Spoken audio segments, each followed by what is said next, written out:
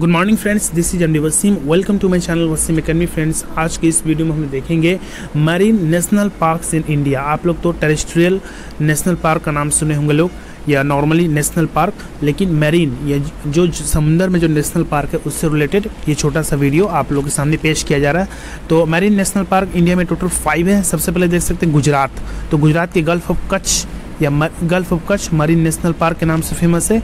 दूसरा है Andaman island. Okay, Andaman island ये Mahatma Gandhi marine national park के नाम से फेमस है अंडमान आइलैंड में।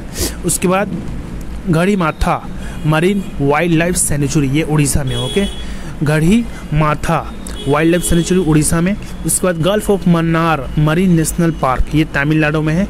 Gulf of Mannar marine national park. उसके बाद Malvan marine wild life sanctuary, ये महाराष्ट्र में है।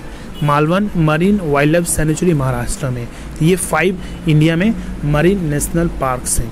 इसके अलावा नेशनल पार्क जितने सारे हैं आप लोगों को लिस्ट बताया जाएगा, तो आप लोग चैनल के साथ बने रहे और अपने प्रिपरेशंस को बूस्ट कीजिए। तो मिलते हैं नेक्स्ट वीडियो में। Thank you friends, thanks.